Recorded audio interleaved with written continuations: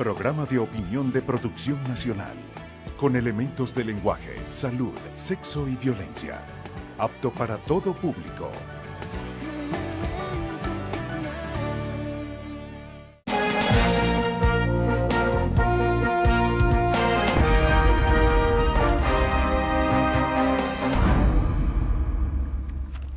Buenos días, buen fin de semana, buen domingo para todos ustedes, amigos televidentes. Voy a conversar en la primera parte con Armando Chacín, presidente de la Federación de Ganaderos.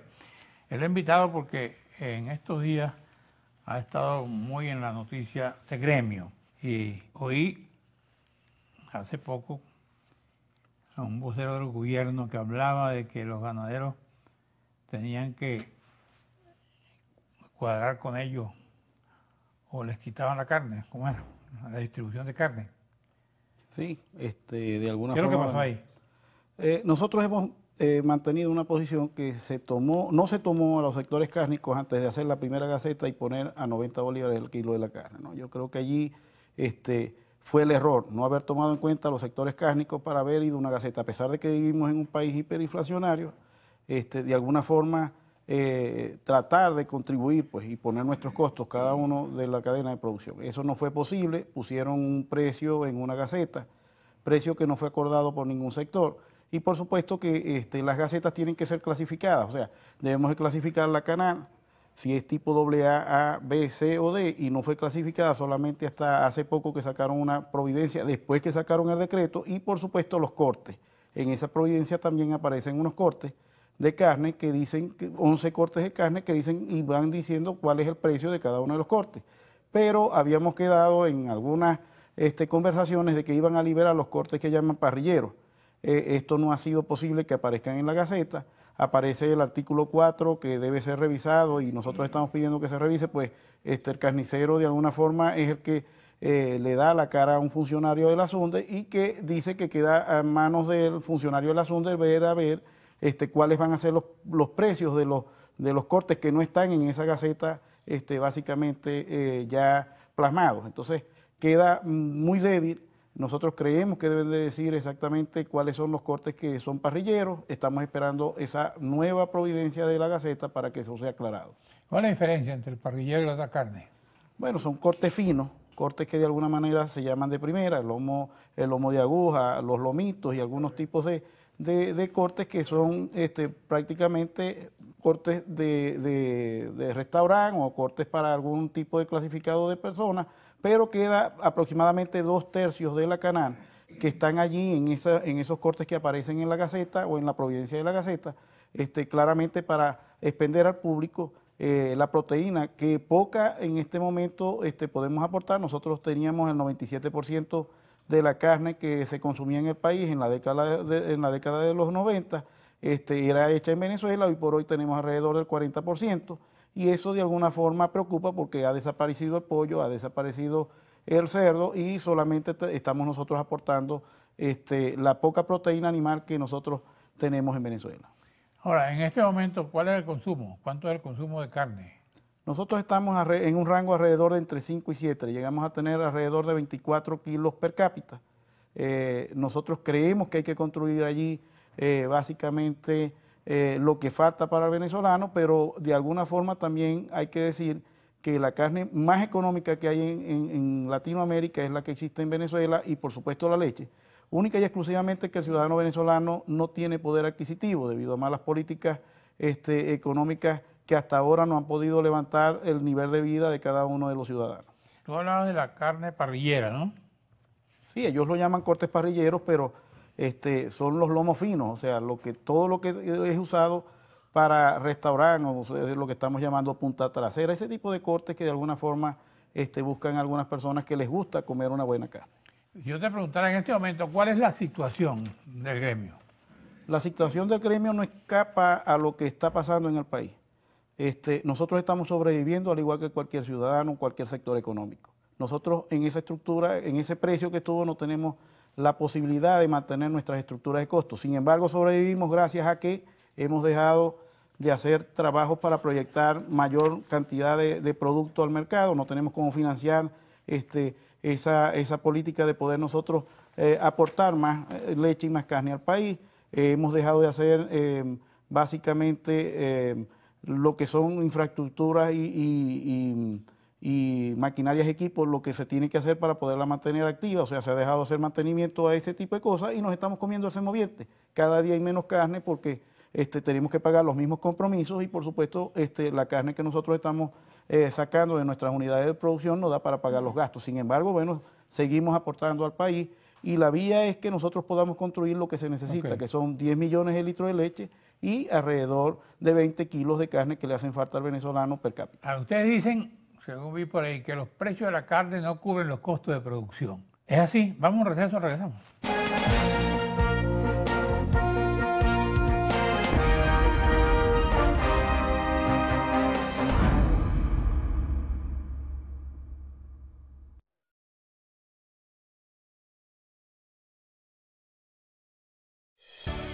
Estás viendo Diálogo con.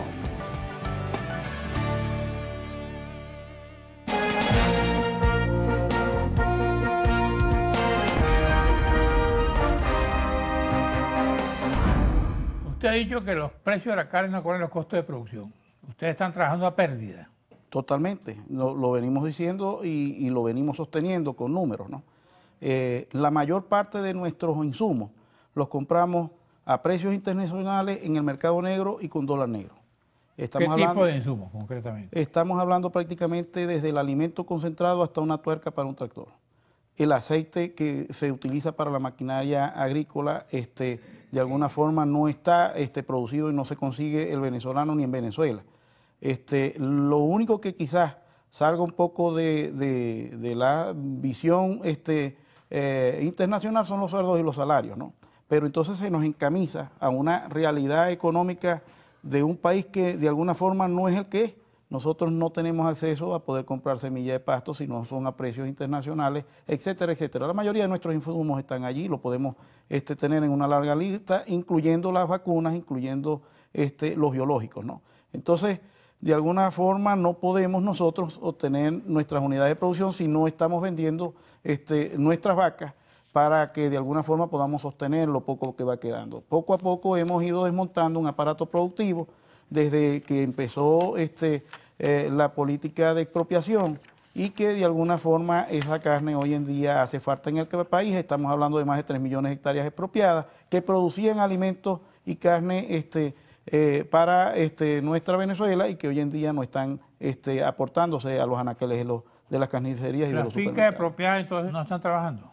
¿Quién las tiene? Bueno, debiera el Estado venezolano hoy por hoy estar arrojando, al menos que ellos de alguna forma estén jugando a guardar ganado dentro de su unidad de producción, debieran de estar aportando a la gran necesidad que existe en las carnicerías porque no existe el producto. Pero le pregunto, ¿están trabajando? ¿Están produciendo? No vemos el trabajo ni vemos el aporte que hacen a la producción nacional. ¿Ni ven el ganado que está en la finca? Tampoco vemos esos aportes, hemos pasado por algunas unidades de producción y yo creo que es el Estado venezolano que debe de alguna manera, de alguna forma aclarar esos grandes puntos. ¿Y qué se hizo el ganado que estaba ahí cuando le expropiaron? Bueno, mucho de ese ganado de alguna forma no está hoy en los mercados venezolanos. Fue manejado esa política muy alegremente, trataron de hacer un nuevo productor, decretado un nuevo productor y eso es por arraigo, eso es porque se ama o porque se quiere hacer productor agropecuario, pues es difícil de alguna forma bajar una Santa María de un sistema que representamos nosotros, que es biológico, que además nacimos con ellos y dejamos a las futuras generaciones. Ahora, ¿esas fincas expropiadas fueron entregadas a personas o las retuvo el Estado? Algunas de ellas fueron dadas a algunas personas, algunas a instituciones del Estado, que manejan las instituciones del Estado, pero que no vemos su aporte al país. Aquí dice que el gobierno venezolano dice que las lacras colombianas se llevan la carne del país, ¿cierto eso? Bueno, nosotros hemos denunciado no solamente al vicepresidente de la República, Tarek El Examen, en una reunión que tuvimos la semana pasada, sino al país. Nosotros apoyamos al productor agropecuario que vende el ganado en los frigoríficos de Venezuela. Ahora me pregunta muy claramente, ¿quién custodia la frontera? Alguien custodia la frontera y es de alguna forma el gobierno venezolano. Si pasa algo de aquí para allá o de allá para acá, hay responsables de alguna forma que deben de dar la cara y que deben de ser sometidos de alguna forma para que puedan custodiar el rebaño venezolano y todo lo que se produce en el país, tanto la gasolina como todo lo demás que pasa a la frontera. Por cierto, que Tarek decía que en una reunión que ustedes tuvieron con él, se habían comprometido a abastecer el mercado. Nosotros estamos comprometidos a abastecer el mercado aún a pérdidas, como lo hemos venido haciendo en los últimos tiempos. Lo que no hemos firmado, por supuesto, porque no podemos firmar en un país hiperinflacionario, un acuerdo que de alguna forma día a día crecen prácticamente nuestros insumos en los precios y que nosotros podamos tener en una camisa de fuerza lo único que producimos, que es la leche y la carne. Sin embargo, acatamos una ley, una medida que tiene el Ejecutivo Nacional y que por supuesto ha tenido muchas incoherencias. Cuando hablamos de lo que pasa con un carnicero, cuando le llega un representante del SUNDE y le dice que queda potestad de ese funcionario, básicamente es decirle al funcionario o al carnicero que deje de vender porque va a tener que vender al precio que le exige el funcionario. Yo creo que eso debe ser aclarado y que en un país que tiene necesidad y que de alguna forma estamos buscando la salida económica, ojalá tengan mucho éxito, y lo decimos claramente de corazón porque nosotros vivimos aquí y queremos que se someta la inflación. No somos economistas, pero sí compramos en los mercados y vemos que todos los días cada uno de los insumos se multiplica por 1 por 2 veces, por lo que de alguna forma nosotros necesitamos que se nos revise también la posibilidad de nosotros poder sobrevivir en un sistema hiperinflacionario. ¿Cuánto cuesta un kilo de carne ahorita? Un kilo de carne a nivel internacional debe estar alrededor en pie de $3. Nosotros, sin embargo, lo que estamos pidiendo es que se nos reconozca por lo menos $1 para poder nosotros seguir sobreviviendo y dejando de matar el rebaño nacional que todavía es útil al país. ¿Cuántos ganaderos hay ahorita en el país? Mire, eso es una pregunta bastante interesante, ¿no? Si decimos que teníamos 7 millones de hectáreas produciendo al país y que hoy en día tenemos alrededor de 3,5, estamos hablando de que se desmotivó y se desmovilizó aproximadamente la mitad de los productores agropecuarios que existían en el país, que eran alrededor de 140,000 productores agropecuarios, ¿no? Hoy en día creemos que es mucho menos de eso. Muchos han dejado la actividad, no es posible sostenerse. El que va acabando con su rebaño, bueno, va tratando de dedicarse a otra actividad que lo pueda sostener, a él y a su familia, y algunos quizás hayan irrumpido, como los que estaban en la demarcación indígena en la Sierra de Perijá, que se les quitaron sus predios, no fueron colocados en otras tierras que pudieran ser útiles para que produjeran al país, y bueno, algunos de ellos han tenido que irse de alguna forma a trabajar en otros países sin aportar, por supuesto, al gremio venezolano y perdiéndose por su consiguiente esa tradición que traían ellos de saber producir alimentos. Ahora se ha ido muchos ganaderos. Siempre han salido muchos productores agropecuarios hacia afuera del país, y algunos se han desmotivado y no tienen la capacidad de poderse sostener. Ya no tenemos ni siquiera las instituciones financieras que nos estén financiando lo mucho o lo poco que nosotros podamos hacer dentro del sector. Básicamente tenemos más de un año sin créditos agropecuarios y nosotros creemos que de alguna forma pues estamos tratando de sobrevivir al igual que cualquier sector económico. Ahora, el avigeo, ¿cómo está? Bueno, a lo largo y a lo ancho del país hay mucho avigeato. Las estadísticas marcan muchísimo más de 100,000 animales que de alguna forma trimestralmente están básicamente desapareciendo del rebaño por una o por otra circunstancia, pero lo peor aún, hemos hecho denuncias de robos que se han hecho en esa misma franja de la Sierra de Perijá que hicieron para delinquir, de más de 300 animales que se llevan todas las semanas para el vecino país Colombia. Le hemos denunciado, participado y anunciado y puesto a disposición toda la colaboración a las autoridades del Estado Zulia. Sin embargo, de hace 18 meses para acá no hemos obtenido ninguna respuesta que de alguna forma pueda parar esto. Por lo tanto, desde la demarcación hasta acá han pasado la frontera más de 1 millón de reses y en los últimos meses han pasado más de 10,000 a la mirada complaciente pues, de un Estado. 1 millón de reses de Venezuela han ido a Colombia. Totalmente, estamos hablando de la demarcación indígena que fue alrededor del 2012, alrededor más o menos de ahí hasta acá se contabiliza porque... O sea, en 6 años. De alguna forma es un territorio... Bueno, después de la demarcación indígena, señor Carlos, para que usted entienda, después de la demarcación indígena, van 16,000 hectáreas más desocupadas por los productores agropecuarios porque se las han saqueado y han mandado los ganados hacia Colombia. Y todo esto ha sido informado al gobierno y a las autoridades. Sin embargo, no hay vocación para poder solucionar un tema que hay unas bandas allí que funcionan y que de alguna manera no son sometidas. Esos ganados pasan hacia el vecino país Colombia, muchos son matados en los mataderos de San Agustín de Codazzi, sin tener, por supuesto, el gobierno venezolano absolutamente nada retribuido, sino cada día más el mercado venezolano que pasa de alguna forma la frontera, la carne que necesita el ciudadano aquí. ¿Cómo pasa eso con la Guardia Nacional, con otras autoridades policiales en la frontera? Nosotros nos preguntamos y nos hacemos esa pregunta. Aparentemente dentro de la demarcación hay un territorio única y exclusivamente que se creó para delinquir, pues las autoridades no pueden pasar la línea limítrofe de la demarcación indígena. Sin embargo, bueno, hemos hecho acercamientos, le hemos dicho al gobierno que necesitamos que de alguna forma irrumpa ahí, porque van a dejar a dos municipios que son muy importantes, que son los municipios mayores productores de leche del país, que es Machique y Rosario de Perijá, la villa de Rosario de Perijá. En el Zulia, concretamente, ¿cuál es la situación del robo de ganado? Es algo fuerte porque solamente este caso estamos hablando de que son alrededor de 300 animales que pasan solamente en esos municipios. Y por supuesto la Vigilato no escapa de los demás municipios, ¿no? Pero si ponemos en cuenta no solamente los robos, sino lo que está pasando en las consecuencias del 24 de diciembre hasta hoy, que tenemos problemas con la energía eléctrica, no hay capacidad de matanza, no hay capacidad de refrigeración, y por supuesto el carnicero que vendía anteriormente 20 reses a la semana, hoy en día vende 2 o 3 porque tiene miedo que se le vaya a dañar allí, y por supuesto los frigoríficos tampoco tienen la capacidad de poder mantener en frío Ustedes están pidiendo el precio de $1 por kilo de carne. Correcto. ¿Qué pasa cuando el dólar sube y qué pasa cuando baja? Eso es un tema difícil, ¿no? Sí. Porque el dólar que nosotros utilizamos para comprar nuestros insumos no es el dólar que tiene el Estado venezolano. Quisiéramos que fuera sometido el dólar de la calle, pero lamentablemente las políticas aparentemente no han dado como resultado que se pueda reducir la brecha entre el dólar real que consigue cada uno de los ciudadanos en la calle y el dólar que tiene el Estado venezolano. Vamos a un receso, hablamos de los mataderos, después que regresemos.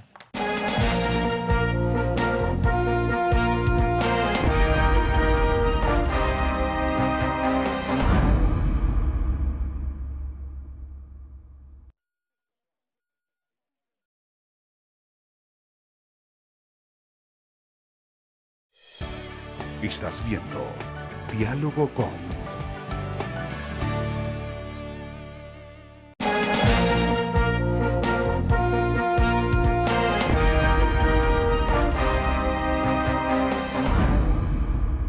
Bueno, conversando con Armando Chacín, presidente de la Federación de Ganaderos, le preguntaba qué pasa con la carne. Cuando se la lleva ganado, ¿cómo la pasan tan fácilmente? Bueno, la mayor parte de la cantidad de animales pasa caminando, ¿no? Pasa a pie por la trocha, eso lo hemos denunciado. Muy poca pasa sacrificada.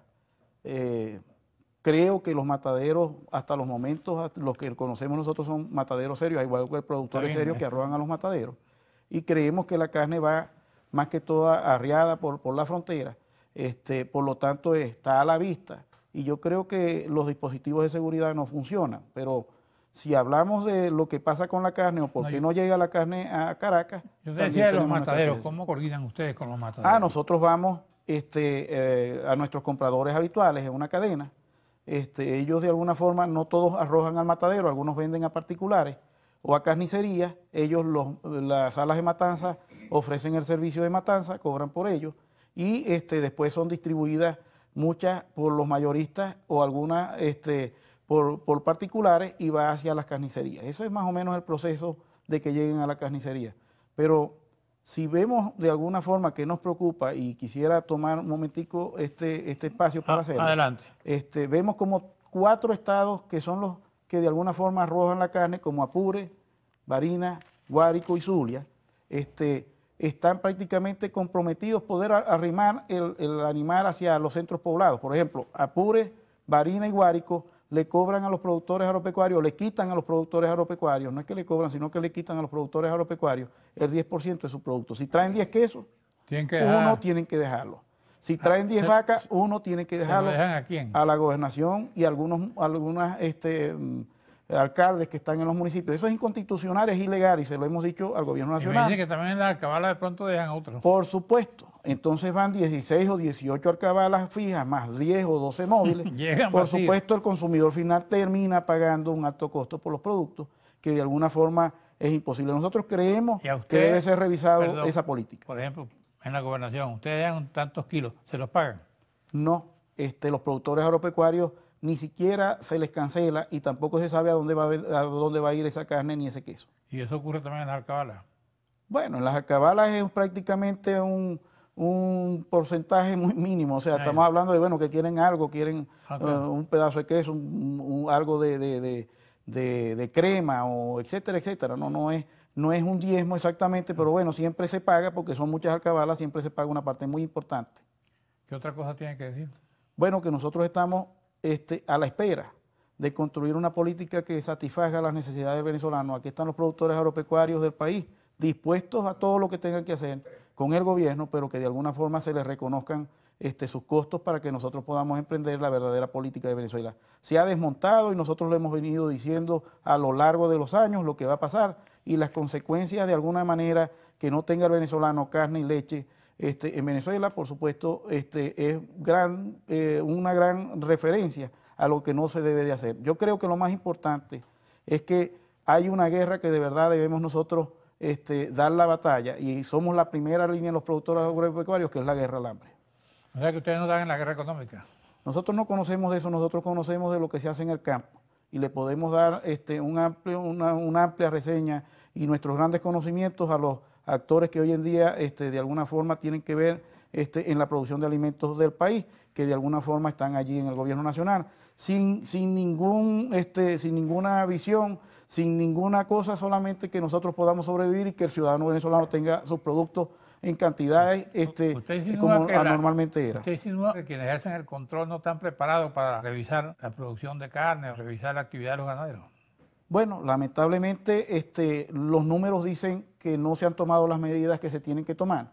Que de alguna forma, si logramos tener 97% de la carne y hoy tenemos el 40%, es porque ahí no ha habido. ¿Cuáles serían las tres primeras medidas que se tomarían para que usted mejore su producción y mejoren la actividad agropecuaria? Nosotros hablamos sin sacar prácticamente nada del Estado venezolano. Seguridad jurídica, que dejen de estar atacando a los productores agropecuarios, que de verdad están comprometidos con el país, produciendo alimentos y trayéndolo a los mercados nacionales. Seguridad personal.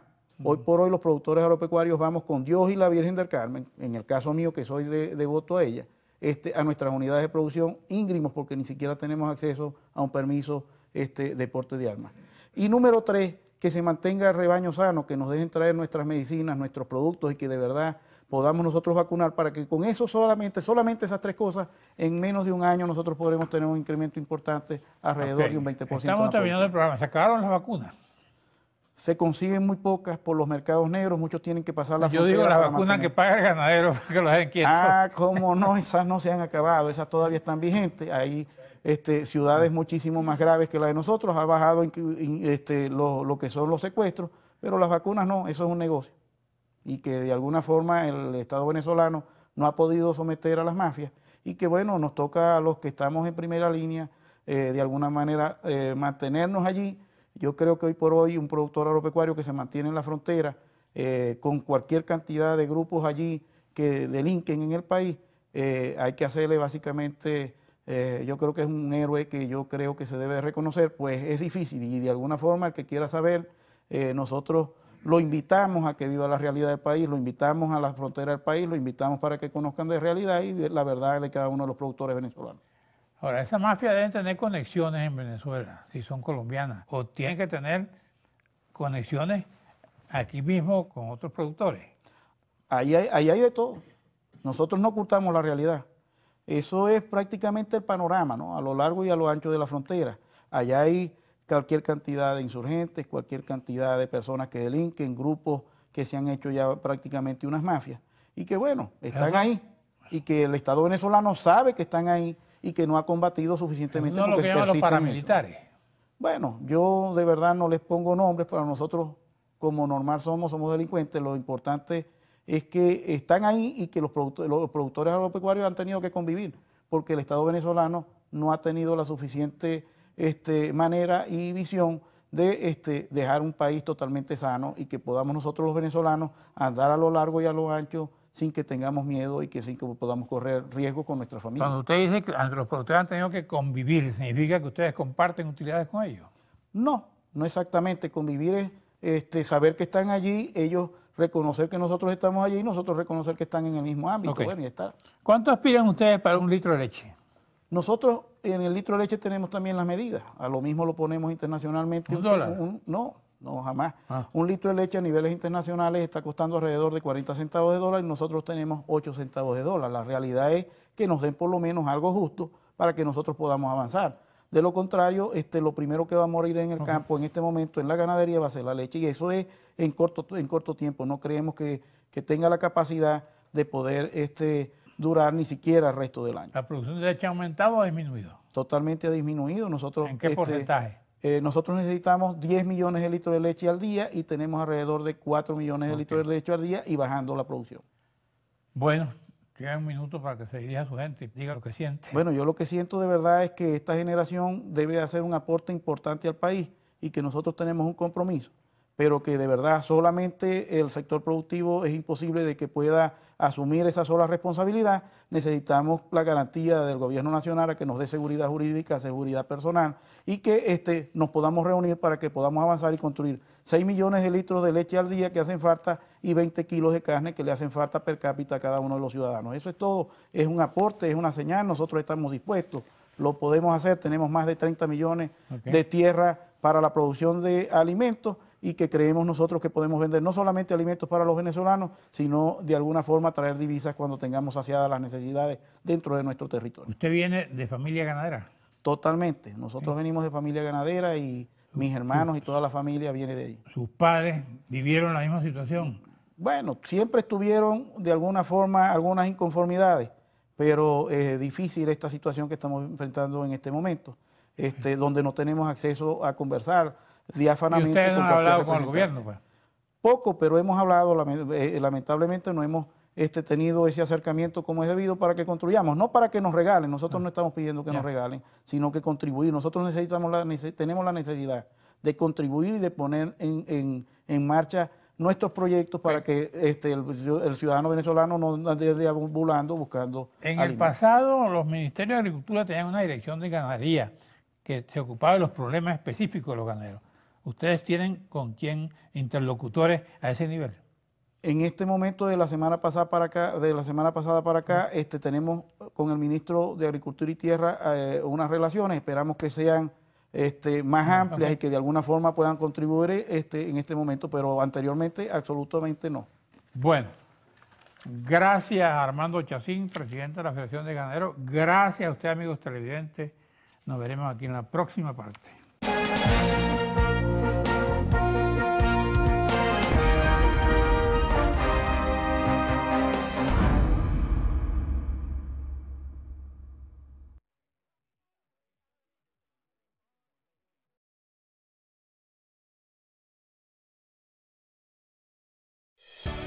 Estás viendo Diálogo con...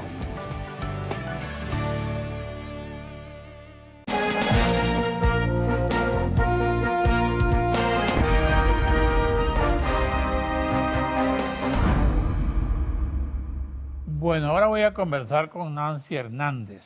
Ella es asesora de la Federación Nacional de Sociedades de Padres y Representantes, hablando que está por empezar el año escolar. ¿Cuál es la situación en este momento desde el punto de vista de la Federación Nacional de Sociedades de Padres y Representantes de la educación?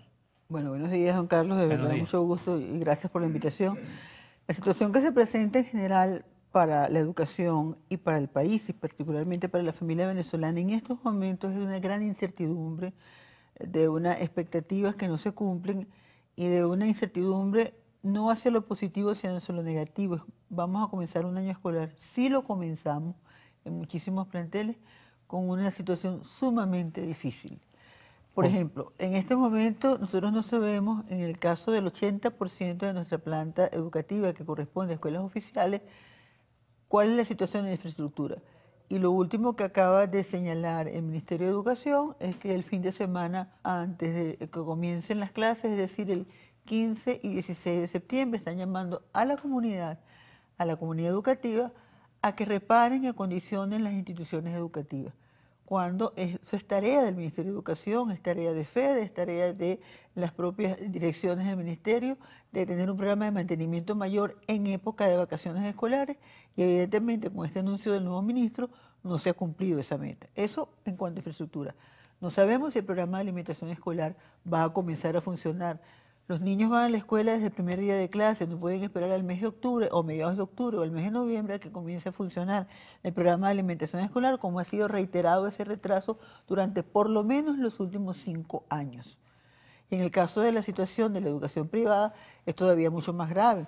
Los nuevos decretos en cuanto a aumentos salariales, a los nuevos salarios mínimos y a la incertidumbre de la escala salarial en materia de los docentes, abre un gran compás de casi que cierre técnico de muchísimas instituciones. Por ejemplo, sabemos que hay más de 1 millar de maestros del sistema de Fe y Alegrías que se han ido, que han desertado, y hay una gran cantidad de instituciones educativas de ese mismo sector que están prácticamente sin posibilidad de saber cuál es la matrícula y sin posibilidad real de comenzar las clases. Es decir, aquí hay una situación muy delicada para la parte más importante del país, que son nuestros niños y jóvenes en materia educativa, que el Estado venezolano no está garantizando el derecho a la educación. Ahora, frente a eso, ¿ustedes qué han hecho? ¿Se han reunido con las autoridades que tienen que ver con esto? ¿Han planteado en otras instancias la situación de la educación desde este punto de vista que usted lo acaba de narrar? Sí, nosotros en el año 2015 acudimos a organismos internacionales porque no hemos sido escuchados a nivel nacional, y de 2015 para acá tampoco hemos sido recibidos por las autoridades ministeriales en el sector educativo. Sin embargo, hemos hecho acciones de incidencia tanto a nivel municipal como regional, como en las otras instancias. Por ejemplo, nosotros denunciamos en el año 2015 la situación en la cual no estaba tan deteriorada, pero había un deterioro importante, un abandono sistemático del sector educativo, y en ese sentido el Comité de Derechos Económicos y Sociales en ese momento hizo un llamamiento al Estado venezolano fundamentalmente sobre 2 aspectos. Uno, que se garantizase plenamente el derecho a la educación, y 2, que cesasen los programas de adoctrinamiento en un pensamiento único a nuestros niños en educación básica. Esas 2 recomendaciones hasta ahora el Estado venezolano, después de 2 años, no las ha cumplido. Sigue adoctrinándose a nuestros muchachos, particularmente en el sector oficial, siguen estableciendo una sola visión de la historia, una sola visión social a través de la colección Bicentenario, y nuestros docentes en este momento, que han abandonado masivamente, bien porque se van del país o bien porque se van del oficio, y quienes están entrando al sector educativo no son en su gran mayoría las nuevas personas que están asumiendo el rol de docente, no están preparadas ni académicamente, ni pedagógicamente, ni emocionalmente para abordar y manejar grupos de 30 o 35 niños. No hay capacidad para eso, lo que significa un deterioro importante y poner a nuestros hijos en manos de quienes no van a poder formarlos. ¿Cómo lo adoctrinan? ¿En clases separadas o dentro del pensum? No, hay todo. Nosotros no tenemos en este momento un currículum oficial. Ajá. Hay un diseño curricular básico que data del año 1997, que ha sufrido diferentes modificaciones. Desde 2001 para acá ha habido intentos por modificar ese currículum, y la resistencia tanto de docentes como de la familia venezolana ha llevado a que esos intentos no marchen. Sin embargo, en la práctica, a través de la colección bicentenaria, hay una visión distinta de lo que es la historia republicana de Venezuela, de lo que es la enseñanza de la ciencia, de lo que es la inserción social. ¿Cuál es la historia que se enseña entonces? Por ejemplo, se habla del 4 de febrero de 1992 como el inicio de una etapa revolucionaria. Para todos los que vivimos en esa época, que tenemos buena memoria y que no tenemos una memoria corta, sabemos que eso fue un estallido social que empezó en la ciudad de Guarena y cuyas causas no son las que dice la colección bicentenaria. La colección bicentenaria dice que las causas de ese estallido social fueron las políticas económicas del para entonces presidente Carlos Andrés Pérez. Resulta que las políticas económicas del presidente Pérez se dictaron el 15 de marzo, no el 27 de febrero. Y ahí yo lo estoy metiendo a niños de 4º y 5º grado, que es lo que aparece en estos libros de textos para esos niveles. Estoy tergiversando la historia. ¿Y ustedes no la corrigen? Estamos en una campaña permanente porque además sabemos que el maestro es un gran instrumento. Los maestros cuando están en clase No, es el deber del maestro y pues. tiene que hacerlo el maestro, pero también es el deber de la familia. Ajá. Es el deber de la familia tener en casa, estar muy pendientes de cuáles son las tareas que les mandan a los muchachos. ¿Qué fue lo que viste hoy en clase? ¿Qué te enseñaron? ¿Qué comunicaste? ¿Qué te dijo la maestra? Es decir, hay una corresponsabilidad aquí con docentes y familia para poder formar ciudadanos, que es básicamente lo que busca nuestra escuela básica. Hay unos contenidos generales que van alimentando esa ciudadanía, pero el norte de la educación básica venezolana es formar un ciudadano con el perfil que establece la Constitución, no con el perfil que establece el Plan de la Patria. ¿Qué otro aspecto le preocupa del actual currículum? Del currículum actual que no tenemos. En este momento nuestros docentes están dando palos de ciego sobre qué es lo que van a enseñar, qué es lo que hace el docente. En la escuela oficial se lleva por el viejo currículum, hace algunas adaptaciones, en algunos son mucho más activistas políticos y entran en toda la ejecución de la colección bicentenaria, pero la propia colección bicentenaria no tiene una estructura curricular ni de contenido programático que permita decir, hoy voy a cumplir tales y cuáles objetivos. No, son libros de consulta, son libros que hablan cada capítulo de cualquier tema, pero no hay una estructura que le permita establecer estos contenidos. Pero por otra parte, hay todas unas líneas programáticas del Ministerio de Educación con estas nuevas políticas de transformación curricular que establecen áreas de aprendizaje, proyectos de aprendizaje que cambian, por ejemplo, ya no es historia de Venezuela, ya es memoria, historia y ciudadanía, ya no es la enseñanza de la geografía, ya es defensa de la soberanía. Es decir, hay toda una concepción de un solo canal de pensamiento que me permita a mí no formar ciudadanos, no formar personas obedientes a determinado tipo de pensamiento. Ya no es la historia que hacía de Ciso Martínez, de otros profesores. Que siempre la cuestionábamos, porque nosotros cuestionábamos la enseñanza de la historia, decíamos, no puede ser que la historia se enseñe diciendo que los patriotas éramos poquitos y buenos y les ganamos a los malos y mucho más numerosos del Imperio Español. No, la historia tiene que tener una visión mucho más crítica, con sus luces y sus sombras. Bolívar tuvo muchos defectos y virtudes. ¿Cuál es, a su juicio, el texto de historia más igualitario? No está manejado para nuestros muchachos de educación varios textos de historia, pero por ejemplo, el profesor Carrera Gama, la historia de Gil Fortul, la historia de muchos textos de historia elaborados por profesores egresados del Pedagógico de Caracas, adaptados a los grados de primaria, que tienen una visión mucho más actualizada. Vamos a un receso, regresamos con usted.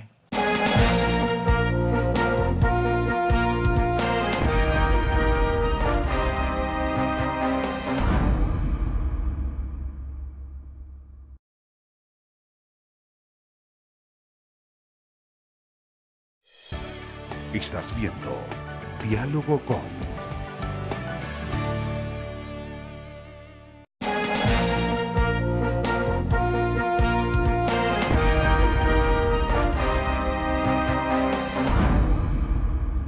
Ok, de aquellos textos de historia del pasado, los nuevos pedagogos no han inventado otro sistema. Hay otras herramientas, han escrito más libros, evidentemente, sí hay, pero sabemos cómo está la producción editorial en Venezuela. Aquí el que escribe para enseñar y el que escribe, porque su vocación de escritor tiene una gran orfandad porque no hay posibilidad de publicar aquí en Venezuela.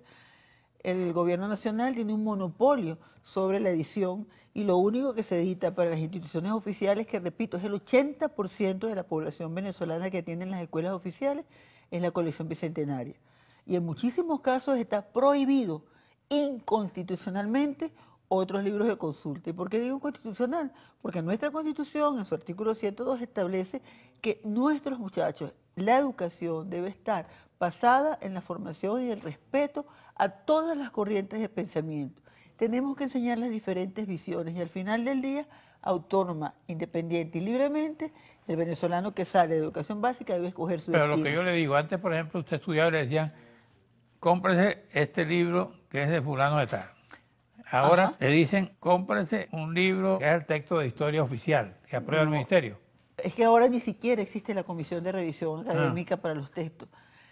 Cuando los libros eran recomendados por docentes, había una comisión de altísimo nivel formada por profesores, escritores, investigadores, profesores universitarios, y donde la Universidad Pedagógica Libertador, el anterior Instituto Pedagógico, tenía un peso fundamental como docente, que revisaba y autorizaba: este libro puede ser un libro de texto para determinados grados de primaria. Eso desapareció.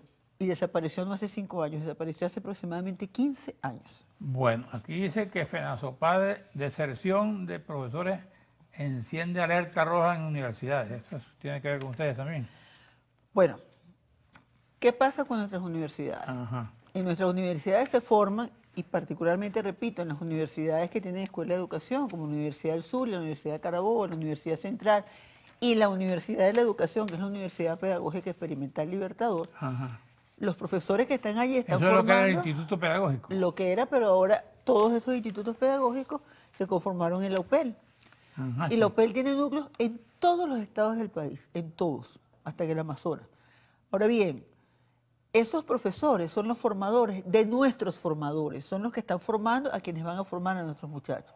La deserción del sector universitario implica no solamente que se van los formadores de los formadores, sino que los futuros formadores tampoco están estudiando. No hay vocación para estudiar educación.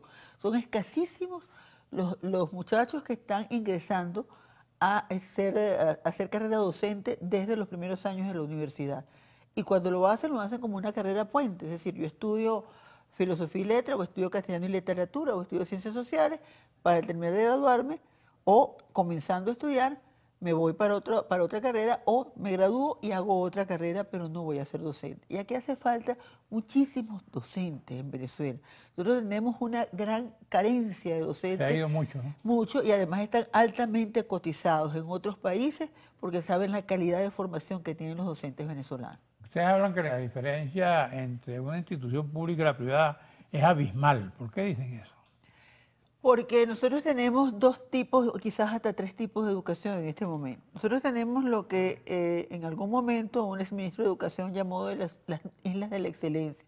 Es decir, instituciones privadas de larga edad y tradición, que son de una altísima exigencia en el nivel académico, tanto docentes como para estudiantes, que están graduando muchachos que se destacan en cualquier universidad del mundo. Y que cuando salen egresados de acá de Venezuela, pueden competir en igualdad de condiciones con cualquier formado en cualquier país desarrollado. Ese es un tipo de colegio que tenemos básicamente en las capitales de estados, pero fundamentalmente concentrados en el área metropolitana de Caracas. Tenemos otro grupo importante de instituciones, entre las cuales podemos citar las instituciones de carácter religioso y particularmente el Sistema Fe y Alegría, donde hay una gran vocación de servicio y donde también la academia es de excelente nivel. Y tenemos lamentablemente el 80% de los venezolanos que no están teniendo acceso a la educación como debe ser. La educación o es de altísima calidad o no la es. No es que haya una educación de primera y de segunda, no. La educación tiene que ser de primera y si no, no la es. Y mientras más deprimido es el sector de población, tiene que haber muchísimas más oportunidades para poder establecer igualdad de condiciones. Y eso no está pasando en Venezuela. ¿Cómo va el programa de alimentación escolar? Desde el año 2008 está paralizado. ¿Y por qué decimos paralizado? Porque desde el año 2008 la cifra de atención de los muchachos es exactamente la misma en todas las memorias y cuentas del Ministerio de Educación, por lo menos hasta el año 2015. De 2015 para acá no se conocen cifras. ¿De qué alimentación? No, de ningún tipo del Ministerio de Educación, porque no rinde cuentas ante la Asamblea Nacional. ¿Está cumpliendo el programa de alimentación? El registro anecdótico que tenemos en nuestra federación establece que el programa nunca comienza el primer día de clase, en primer lugar. El 17 de septiembre ninguna escuela oficial va a tener un programa de alimentación. No lo va a tener porque además tenemos ya varios años, 3, 4, 5 años, que sabemos que no funciona. El 17 de Alguien me dijo que septiembre, habían cambiado hasta el menú. porque además hay una carencia, la crisis nacional no escapa a la escuela al contrario, es el retrato vivo de lo que es la crisis. Los niñitos no van porque no tienen transporte, los niños no van porque no tienen cómo comer. No hay el programa de alimentación escolar. Los proveedores no están en capacidad en este momento de dotar a la escuela de la carga proteica que necesita un niño o un adolescente para poder rendir en sus estudios. No hay la preparación adecuada de los alimentos. No todas las instituciones están en condiciones de preparar los alimentos dentro de la institución y tienen que ser procesados fuera para traerlos a la institución y eso también implica un problema de traslado. Sabemos cuáles son los problemas de transporte. Es decir, hay una gran cantidad de factores que denominamos la accesibilidad a la educación que están impidiendo que también se disfrute de ese derecho. La accesibilidad es parte del derecho a la educación. Y si no tengo cómo llegar, no tengo la dotación de uniforme, no tengo una biblioteca escolar, no tengo docente porque se fue o no pudo llegar y no tengo alimentación, Ajá. ¿cuál es la garantía de que Por se cierto pueda que me educar? han dicho que hay una decisión, no sé si la tomaron o la van a tomar, de que es libre el uniforme escolar, no es obligatorio. Hay algunas instituciones y algunas autoridades, en el caso de Caracas sabemos del municipio de Chacao, sabemos que de manera informal el alcalde del municipio de Sucre lo dijo en una de las escuelas municipales, de la falta de obligatoriedad de llevar el uniforme escolar. Eso es un arma de doble filo. ¿Por qué? El uniforme uniforma, nivela a todo el mundo. El que no tiene recursos lleva su uniforme, el que tiene recursos lleva el mismo uniforme y en la escuela todos somos iguales. Pero en el momento que a mí se me libera del uniforme y yo no tengo posibilidades de llevar la misma camisa y el mismo pantalón toda la semana, puedo ser, y además lo sabemos, objeto de acoso, de bullying, de burla, de agresión por parte del mismo núcleo escolar. Y por eso es que tiene que ser muy cuidadoso en ese sentido. Eso por una parte. Tienes razón. Y por la otra, es un mecanismo de control. ¿Cómo controlo yo que el que me entre a la institución sea un alumno si no es por el uniforme? Claro. Cualquiera puede entrar. Es decir, no se pueden tomar medidas de manera poco responsable, de manera ligera, sin hacer un estudio previo a eso, de cuáles son las consecuencias de la liberación del uniforme. Lo que debería hacer el Estado, a todos los niveles, es garantizar el uniforme escolar de los muchachos. Gracias a la profesora Nancy Hernández, presidenta de FENASOPADRES. Gracias a ustedes, amigos televidentes. Nos veremos aquí el próximo domingo a esta misma hora.